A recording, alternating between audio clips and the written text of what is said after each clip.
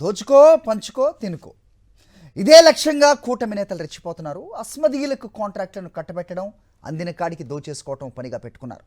ఈ క్రమంలో కీలక శాఖకు చెందిన అమాత్యుడి అవినీతి నిత్య సత్యంగా మారిందన్న ఆరోపణలు వెలువెత్తుతున్నాయి.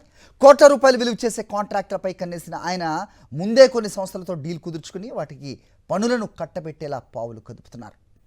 ఈపీలు గర్భిణులు బాలింతలను ఆసుపత్రులకు ఇంటి వద్దకు తరలించే కాంట్రాక్టును అస్మదీయుడికి కట్టబెట్టడానికి ఓ అమాత్యుడు స్కెచ్ వేసినట్లు తెలుస్తోంది. ప్రస్తుతం సేవలు అందిస్తున్న సంస్థ కాంట్రాక్టు గడువు ముగియడంతో ఈపీఎంఎస్ఐడిసి కొత్త టెండర్లను ఆహ్వానించింది.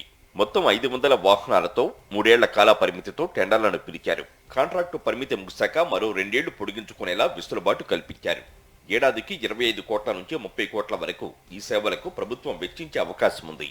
ఈ లెక్కన 5 ఏళ్లకు 100 కోట్ల నుంచి 150 కోట్ల విలువ చేసే కాంట్రాక్ట్ ఇది. గతంలోనూ అత్యవసర వైద్య సేవల్లో అక్రమాలకు తెరతీయగా ఆ ఆశలపై ప్రభుత్వ పెద్దలు నీళ్లు చల్లడంతో ప్రత్యామ్నాయంగా తల్లిబిడ్డ ఎక్స్ప్రెస్ సేవలపై సదరు నేత దృష్టి సారించినట్లు వెల్లడైంది. ఈ నేపథ్యంలో కొద్ది నెలల క్రితం తల్లిబిడ్డ ఎక్స్ప్రెస్ సేవలు నిర్వహిస్తున్న సంస్థ నిర్వాహకులను పిలిచి బెంగళూరుకు చెందిన తన సన్నిహితుడి సంస్థకు సబ్ కాంట్రాక్ట్ ఇవ్వాలని ఆదేశించినట్టు విశ్వసనీయ సమాచారం.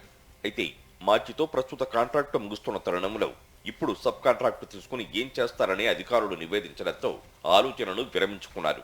కొత్త కాంట్రాక్టునే తమ వారికి కట్టబెట్టేలా వ్యూహరచన చేశారు. ఈ నేపథ్యంలో కొత్త టెండర్ నిబంధనలన్నీ అస్మదీయ సంస్థకు అనుగుణంగా రూపొందించేలా అమాత్యుడు జాగ్రత్త పడినట్టు తెలుస్తోంది. సదరు సంస్థకు సేవల నిర్వహణలో అనుభవం లేకపోవడంతో కన్సార్షియంలో ప్రస్తుత సేవల నిర్వహణ సంస్థ అనుభవాన్ని వాడుకునేందుకు సిద్ధమైనట్టు సమాచారం. ఓ సంస్థకు కట్టబెట్టాలని ముందే నిర్ణయించుకుని ఒకే బిడ్డు దాఖలైన ఆమోదించే వెసులుబాటుతో అడ్డగోలుగా నిబంధనలు రూపొందించారు. సాధారణంగా ఒకే బిడ్డు దాఖలైన సందర్భాల్లో బిడ్ను రద్దు చేసి ప్రభుత్వం మళ్లీ టెండర్లకు వెళుతుంది. గత ప్రభుత్వంలో ఇదే నిబంధనతో ఇవే టెండర్లను నిర్వహించారు. అయితే తాజా టెండర్లలో మాత్రం ఒకే బిడ్డు వచ్చిన ఆమోదించే అవకాశాన్ని సృష్టించుకున్నారు. దీన్ని బట్టి చూస్తే ప్రభుత్వం ముందే ఓ సంస్థను నిర్ణయించుకుని పేరుకు టెండర్ల తంతు నిర్వహిస్తోందని స్పష్టమవుతోంది. తిరుపతికి చెందిన జనరిక్ మందుల సరఫరా సంస్థతో డీలు కుదుర్చుకుని ప్రభుత్వ ఆసుపత్రులకు జన ఔషధి మందుల సరఫరా పేరిట అమాత్యుడు ఇప్పటికే అవినీతికి తెరతీశారు. తాను డీలు కుదుర్చుకున్న సంస్థతోనే ప్రభుత్వ ఆసుపత్రుల సూపరింటెండెంట్లు ఎంఓయూ కుదుర్చుకుని మందులు కొనుగోలు చేసేలా వైద్య శాఖ అధికారులతో నిబంధనలు రూపొందించి ఉత్తర్వులిప్పించారు. ప్రభుత్వ బోధనాసుపత్రులకు డీసెంట్రలైజ్డ్ బడ్జెట్లో సరఫరా కాని వాటితో పాటు అత్యవసర మందులు, సర్జికల్స్ ను ఏటా 50 కోట్లకు పైగా వెచ్చించి స్థానికంగా కొనుగోలు చేస్తుంటారు. ఈ కొనుగోళ్ల వ్యవహారంలో టెండర్లు పిలవకుండా రాష్ట్ర వ్యాప్తంగా ఒప్పంద ప్రాతిపదికన ఒకే సంస్థకు మేలు జరిగేలా అమాత్యుడు చక్రం తిప్పారు. మంత్రి డీల్ చేసుకున్న సంస్థతో ఆసుపత్రుల సూపరింటెండెంట్లు 2 ఏళ్ల ప్రాతిపదికన ఎంఓయూ చేసుకునేలా గతేడాది ఆదేశాలిచ్చారు. ఈ క్రమంలో ఇప్పటికే చాలా ఆసుపత్రులు ఎంఓయూలు పూర్తయ్యాయి.